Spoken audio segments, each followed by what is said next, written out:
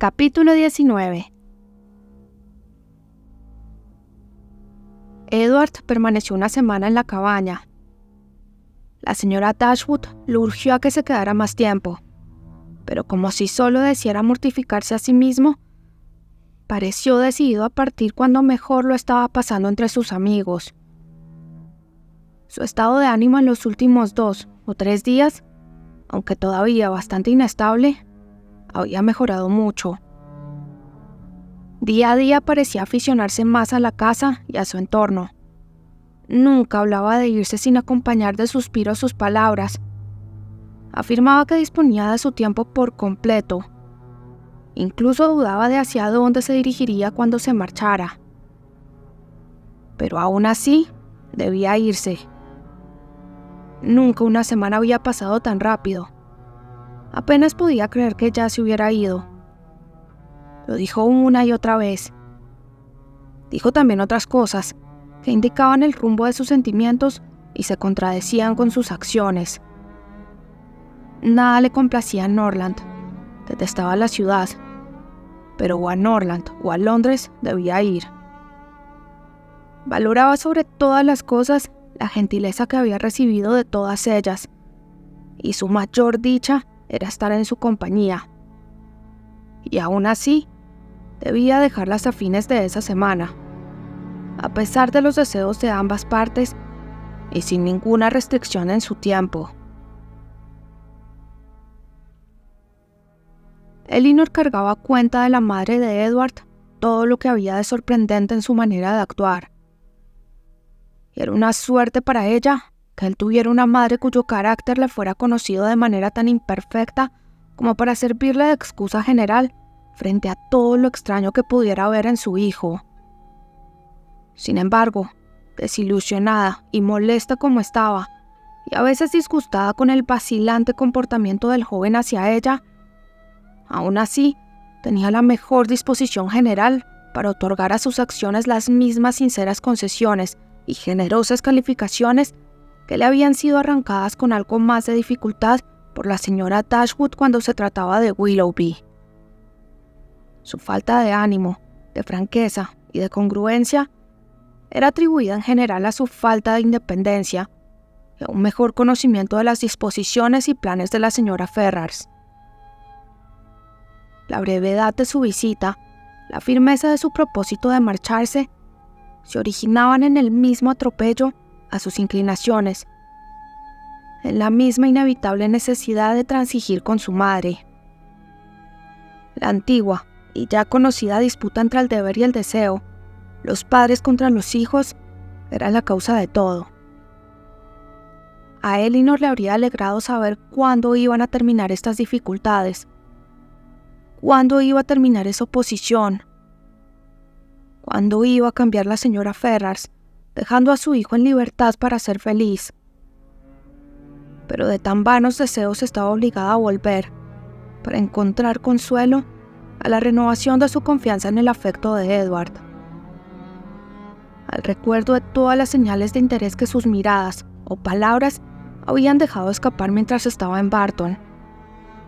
Y sobre todo, a esa halagadora prueba de ello que él usaba constantemente en torno a su dedo. «Creo, Edward», dijo la señora Dashwood mientras desayunaban la última mañana, «que serías más feliz si tuvieras una profesión que ocupara tu tiempo y les diera interés a tus planes y acciones.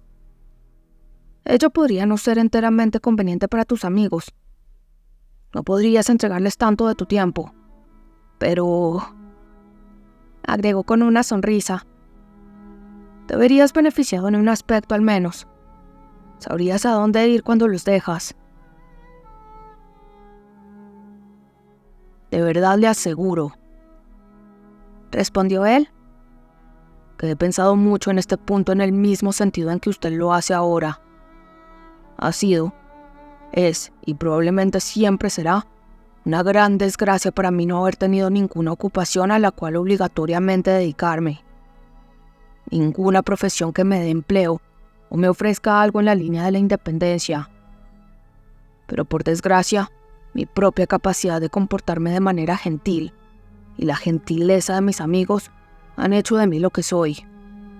Un ser ocioso, incompetente. Nunca pudimos ponernos de acuerdo en la elección de una profesión.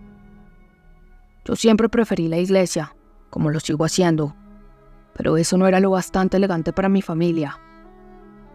Ellos recomendaban una carrera militar. Eso era demasiado elegante para mí.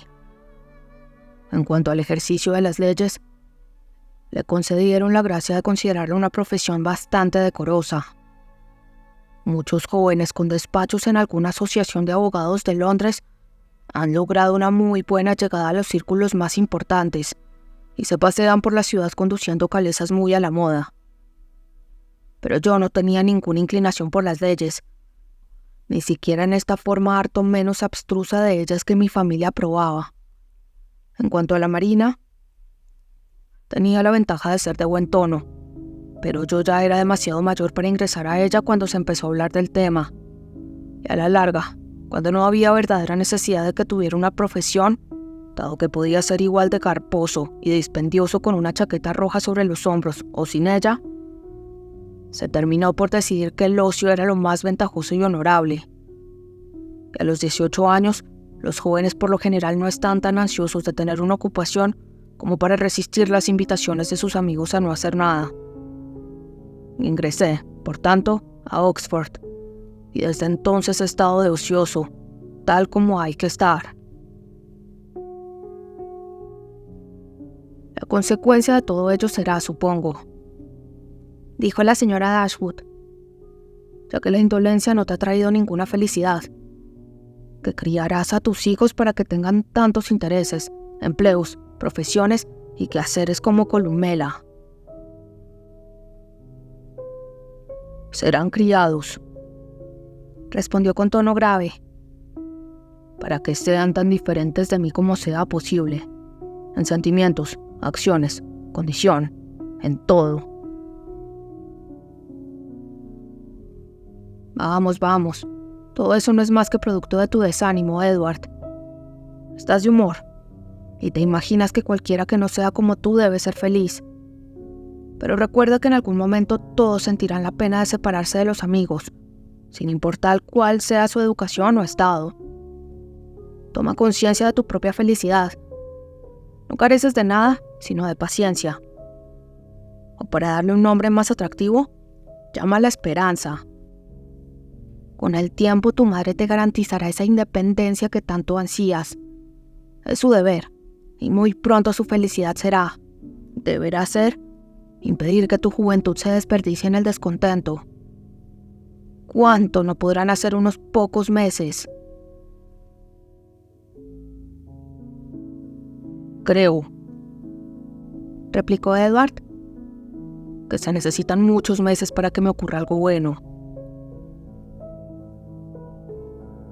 Este desaliento, aunque no pudo ser contagiado a la señora Dashwood, aumentó el dolor de todos ellos por la partida de Edward, que muy pronto tuvo lugar, y dejó una incómoda sensación especialmente en Elinor, que necesitó de tiempo y trabajo para apaciguarse. Pero como había decidido sobreponerse a ella y evitar parecer que sufría más que el resto de su familia ante la partida del joven, no utilizó los medios tan juiciosamente empleados por Mariana en una ocasión similar, cuando se entregó a la búsqueda del silencio, la soledad y el ocio para aumentar y hacer permanente su sufrimiento. Sus métodos eran tan diferentes como sus particulares objetivos, e igualmente adecuados al logro de ellos. Apenas partió Edward, Elinor se sentó a su mesa de dibujo. Se mantuvo ocupada durante todo el día. No buscó ni evitó mencionar su nombre. Pareció prestar el mismo interés de siempre a las preocupaciones generales de la familia, y si con esa conducta no hizo disminuir su propia congoja, al menos evitó que aumentara de manera innecesaria, y su madre y hermanas se vieron libres de muchos afanes por su causa. Tal comportamiento, tan exactamente opuesto al de ella, no le parecía a Marianne más meritorio que criticable le había parecido el propio. Del asunto del dominio sobre sí misma se dio cuenta con toda facilidad. Si era imposible cuando los sentimientos eran fuertes, con los apacibles no tenía ningún mérito. Que los sentimientos de su hermana eran apacibles, no osaba negarlo, que le avergonzaba reconocerlo. Y de la fuerza de los propios tenía una prueba incontrovertible, puesto que seguía amando y respetando a esa hermana a pesar de este humillante convencimiento. Sin rehuir a su familia, o salir de la casa en voluntaria soledad para evitarla, o quedarse despierta toda la noche para abandonarse a sus cavilaciones, Elinor descubrió que cada día le ofrecía tiempo suficiente para pensar en Edward y en el comportamiento de Edward, de todas las maneras posibles que sus diferentes estados de ánimos en momentos distintos podían producir, con ternura, piedad, aprobación, censura y duda. Abundaban los momentos cuando, si no por ausencia de su madre y hermanas, al menos por la naturaleza de sus ocupaciones, se imposibilitaba toda conversación entre ellas y sobrevenían todos los efectos de la soledad. Su mente quedaba inevitablemente en libertad. Sus pensamientos no podían encadenarse a ninguna otra cosa, y el pasado y el futuro relacionados con un tema tan interesante no podían sino hacérsele presentes, forzar su atención y absorber su memoria, sus reflexiones, su imaginación. De una ensoñación de este tipo, a la que se había entregado mientras se encontraba sentada ante su mesa de dibujo, la despertó una mañana, poco después de la visita de Edward, la llegada de algunas visitas. Por casualidad se encontraba sola. El ruido que la puertecilla a la entrada del jardín frente a la casa hacía al cerrarse atrajo su mirada hacia la ventana. Vio un grupo de personas encaminándose a la puerta. Entre ellas estaba Sir John y Lady Middleton, y la señora Jennings. Pero había otros dos, un caballero y una dama, que le eran por completo desconocidos. Estaba sentada cerca de la ventana, y tan pronto la vio Sir John, dejó que el resto de la partida cumpliera con la ceremonia de golpear la puerta, y cruzando por el césped, le hizo abrir el ventanal para conversar en privado, aunque el espacio entre la puerta y la ventana era tan pequeño como para hacer casi imposible hablar en una sin ser escuchado en la otra. «Bien», le dijo. «Le hemos traído a algunos desconocidos. ¿Le gustan?» «Silencio. Pueden escucharlo». «¿Qué importa si lo hacen? Son solo los Palmer. Puedo decirle que Charlotte es muy bonita. Alcanzará a verla si mira hacia acá». Como Elinor estaba segura de que la vería en un par de minutos sin tener que tomarse tal libertad, le pidió que la excusara de hacerlo. «¿Dónde está Marianne? ¿Ha huido al vernos venir? Veo que su instrumento está abierto». «Salió a caminar, creo». En ese momento se les unió la señora Jennings, que no tenía paciencia suficiente para esperar que le abrieran la puerta antes de que ella contara su historia. Se acercó a la ventana con grandes saludos. «¿Cómo se encuentra, querida? ¿Cómo está la señora Dashwood? ¿Y dónde están sus hermanas? ¿Cómo? La han dejado sola. Le agradará tener a alguien que le haga compañía. He traído a mi otro hijo e hija para que se conozcan. Imagínese que llegaron de repente. Anoche pensé haber escuchado un carruaje mientras tomábamos el té, pero nunca se me pasó por la mente que pudieran ser ellos. Lo único que se me ocurrió fue que podía ser el coronel Brandon que llegaba de vuelta, así que le dije a Sir John: «Creo que escuché un carruaje. Quizás el señor Brandon que llega de vuelta». En mitad de su historia, Elinor se vio obligada a volverse para recibir al resto de la concurrencia. Lady Middleton le presentó a los dos desconocidos. La señora Dashwood y Margaret bajaban las escaleras en ese momento, y todos se sentaron a mirarse mutuamente, mientras la señora Jennings continuaba con su historia, a la vez que cruzaba por el corredor hasta la salita, acompañada por Sir John. La señora Palmer era varios años más joven que Lady Middleton, y completamente diferente a ella en diversos aspectos. Era de corta estatura y regordeta, con un rostro muy bonito y la mayor expresión de buen humor que pueda imaginarse. Sus modales no eran en absoluto tan elegantes como los de su hermana, pero sí mucho más agradables. Entró con una sonrisa, sonrió durante todo el tiempo que duró su visita, excepto cuando reía, y seguía sonriendo al irse. Su esposo era un joven de aire serio, de 25 o 26 años, con aire más citadino y más juicioso que su esposa, pero menos deseoso de complacer o dejarse complacer. Entró a la habitación con aire de sentirse muy importante. Hizo una leve inclinación ante las damas sin pronunciar palabra, y tras una breve inspección a ellas y a sus aposentos, tomó un periódico de la mesa y permaneció leyéndolo durante toda la visita. La señora Palmer, por el contrario, a quien la naturaleza había dotado con la disposición a ser invariablemente cortés y feliz, apenas había tomado asiento cuando prorrumpió en exclamaciones de admiración por la sala y todo lo que había en ella. ¡Miren! ¡Qué cuarto tan delicioso es este! Nunca había visto algo tan encantador. Tan solo piense, mamá, cuánto ha mejorado desde la última vez que estuve aquí. Siempre me pareció un sitio tan exquisito, señora, dijo volviéndose a la señora Dashwood. ¿Pero usted le ha dado tanto encanto? Tan solo observa, hermana, qué delicia es todo. Cómo me gustaría tener una casa así. ¿Y a usted, señor Palmer? El señor Palmer no le respondió, y ni siquiera levantó la vista del periódico. El señor Palmer no me escucha, dijo ella riendo. A veces nunca lo hace. ¿Es tan cómico? Esta era una idea absolutamente nueva para la señora Dashwood.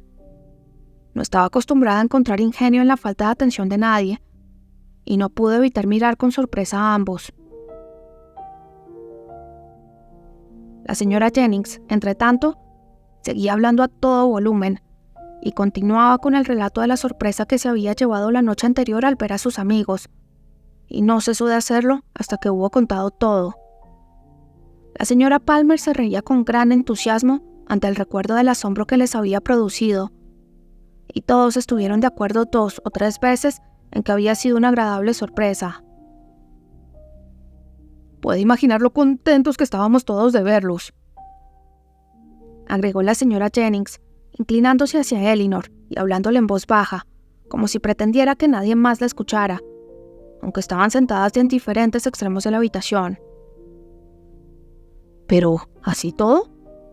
No puedo dejar de desear que no hubieran viajado tan rápido, ni hecho una travesía tan larga, porque dieron toda la vuelta por Londres a causa de ciertos negocios, porque usted sabe, indicó a su hija con una expresiva inclinación de la cabeza. Es inconveniente en su condición. Yo quería que se quedara en casa y descansara ahora en la mañana, pero insistió en venir con nosotros. Tenía tantos deseos de verlas a todas ustedes. La señora Palmer se rió y dijo que no le haría ningún daño. Ella espera estar de parto en febrero, continuó la señora Jennings. La señora Middleton no pudo seguir soportando tal conversación y se esforzó en preguntarle al señor Palmer si había alguna noticia en el periódico. No, ninguna, replicó y continuó leyendo. Aquí viene Marianne, exclamó Sir John. Ahora, Palmer, verás una muchacha monstruosamente bonita. Se dirigió de inmediato al corredor, abrió la puerta del frente y él mismo la escoltó. Apenas apareció, la señora Jennings le preguntó si no había estado en Allenham, y la señora Palmer se rió con tantas ganas por la pregunta como si lo hubiese entendido. El señor Palmer la miró cuando entraba en la habitación, le clavó la vista durante algunos instantes y luego volvió a su periódico. En ese momento llamaron la atención de la señora Palmer los dibujos que colgaban en los muros. Se levantó a examinarlos. ¡Ay, cielos! ¡Qué hermosos son estos! ¡Vaya, qué preciosura! Mírelos, mamá. ¡Qué adorables! Te digo que son un encanto. Podría quedarme contemplándolos para siempre. Y volviendo a sentarse, muy pronto olvidó que hubiera tales cosas en la habitación.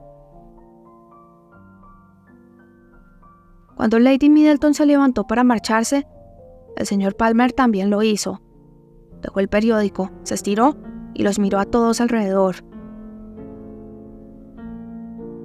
«Amor mío, ¿has estado durmiendo?», dijo su esposa riendo. Y él no le respondió y se limitó a observar. Tras examinar de nuevo la habitación, que era de techo muy bajo y que el cielo raso estaba acombado, tras lo cual hizo una inclinación de cabeza y se marchó con el resto. Sir John había insistido en que pasaran el día siguiente en Barton Park. La señora Dashwood, que prefería no cenar con ellos más a menudo de lo que ellos lo hacían en la casita, por su parte rehusó absolutamente. Sus hijas podían hacer lo que quisieran, pero éstas no tenían curiosidad alguna en ver cómo cenaban el señor y la señora Palmer, y la perspectiva de estar con ellos tampoco prometía ninguna otra diversión. Intentaron así excusarse también. El clima estaba inestable y no prometía mejorar. Pero Sir John no se dio por satisfecho. Enviaría el carruaje a buscarlas, y debían ir. Lady Middleton también, aunque no presionó a la señora Dashwood, lo hizo con las hijas.